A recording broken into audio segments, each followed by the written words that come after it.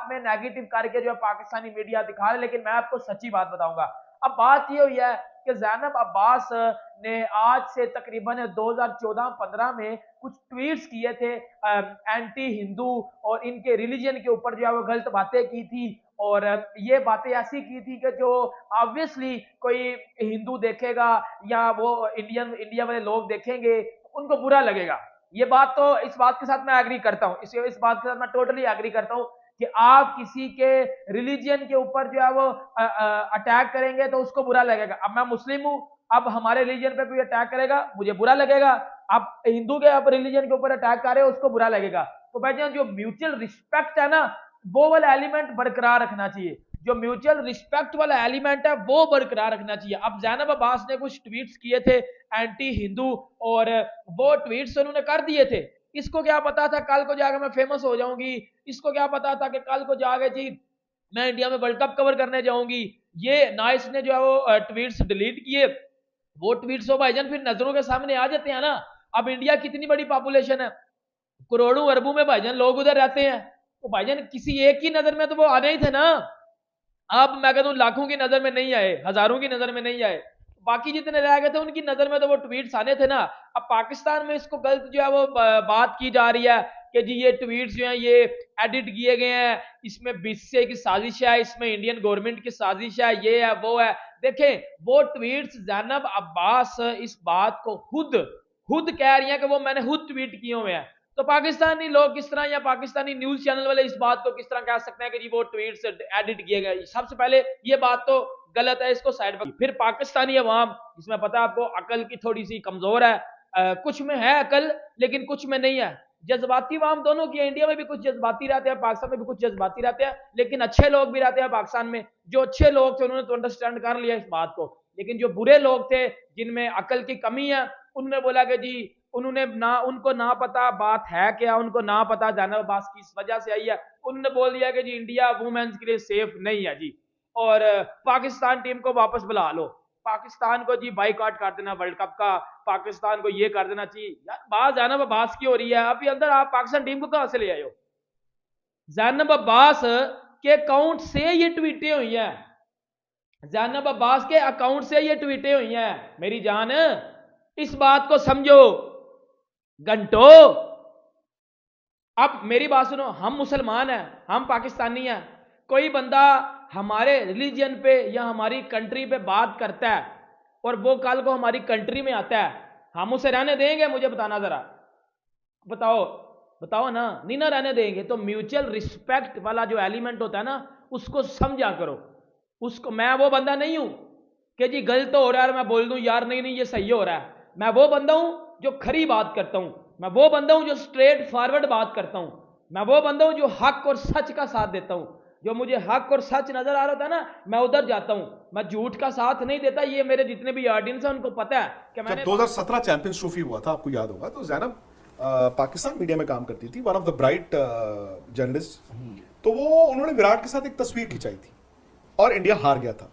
तो वो ये था कि उस चैंपियंस ट्रॉफी में वो जिस कप्तान के साथ तस्वीर खिंचाती थी, वो पाकिस्तान की टीम अगले दिन उस टीम को हरा देती थी।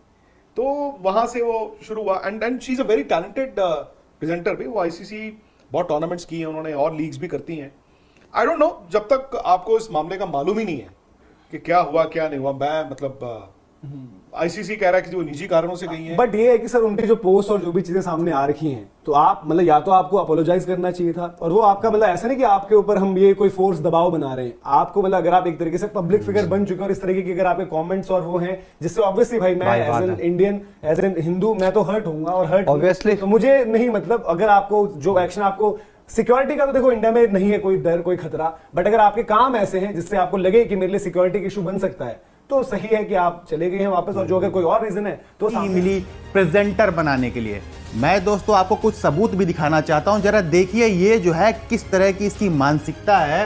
ये भैया इसी का अकाउंट है, इसने हालांकि अभी अकाउंट बदल लिया है, मैं वो भी दिखाऊंगा। तो ये क्या कहती थी भारत के बारे में, दिल्ली के बारे में, देखिए।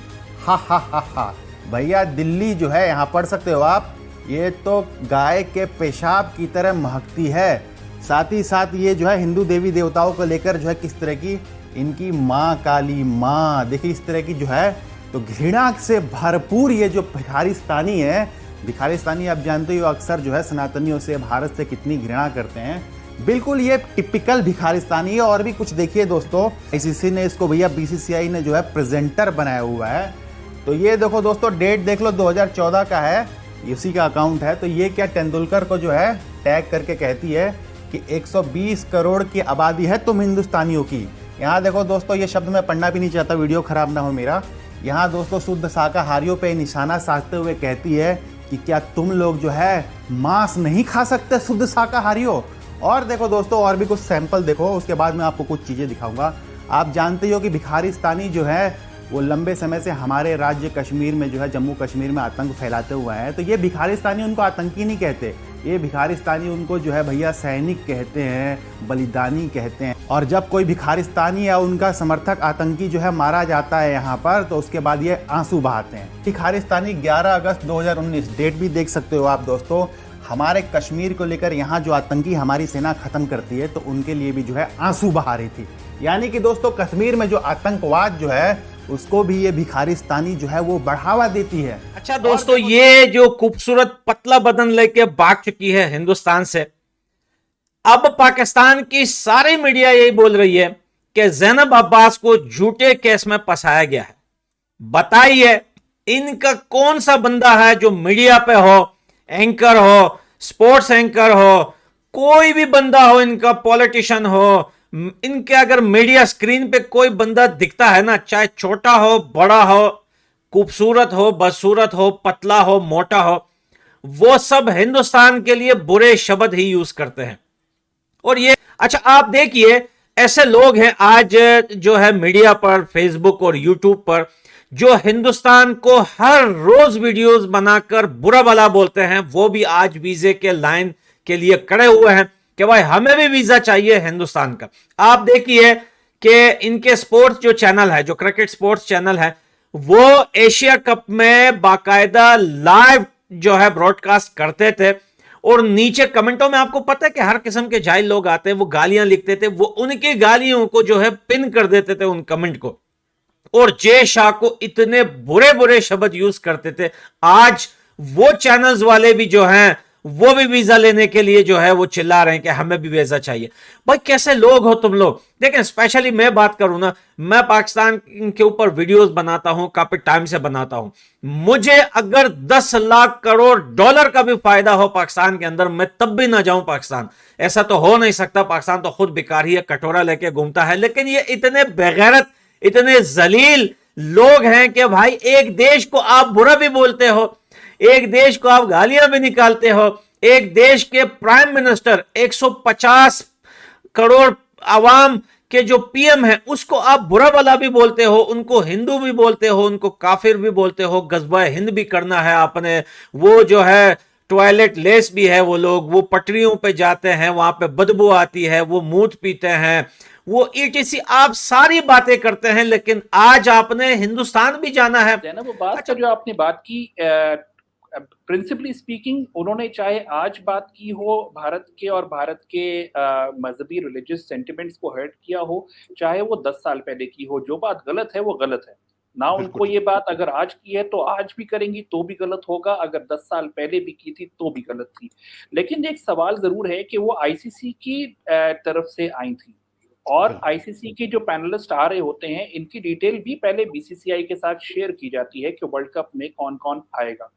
क्या उस वक्त जो है ये सब कुछ चेक किया गया था या नहीं किया गया था? क्या बीसीसीआई ने उस वक्त क्या आईसीसी से इस तरह के कंसर्न रेज किए थे? अगर किए थे तो उनको दिखाना चाहिए, और उसके बाद भी अगर उनको आने दिया गया तो जरूर सवाल बनता है कि उनको भेजा ही क्यों गया।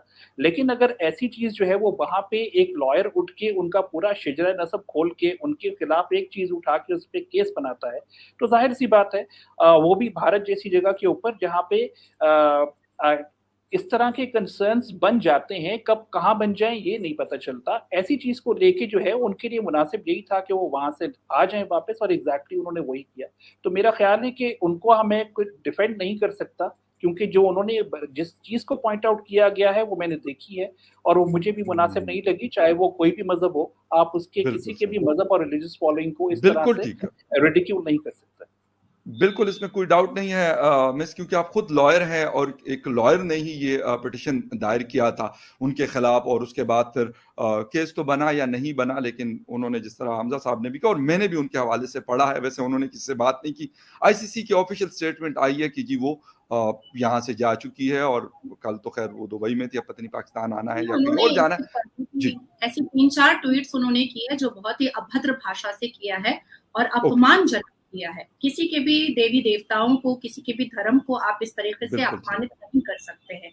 दूसरी बात है कि जाहिर बहुत अच्छा केंद्र की सरकार ने किया कि उनको डिपोर्ट करा दिया, और वो भी अपना लोटा कंबल उठा करके वो निकलने के लिए वो एकदम खड़े हो गई। बहुत खूबसूरत बात है। पर अगर ये PIL पब्लिक इंटरेस्ट लिटिगेशन अगर मैंने फाइल किया होता तो मैं कभी भी उनको डिपोर्ट कराने का प्रेयर नहीं डालती, बल्कि उनको तिहाड़ में सड़ाने का प्रेयर डालती। सही। पूरी जिंदगी भारत के जेल में उनको सड़ाने का प्रेयर डालती, क्योंकि अगर किसी के भी देवी देवताओं को या किसी के भी पैगंबर और प्रॉफिट को या किसी के भी गॉडेस को आप इतने अभद्र भाषा से, इतने इंसल्टिंग भाषा से अगर आप अपमान करते हैं तो उसकी सजा डिपोर्ट नहीं होनी चाहिए, बल्कि उसकी सजा पूरी जिंदगी ताउम्र जेल होनी चाहिए।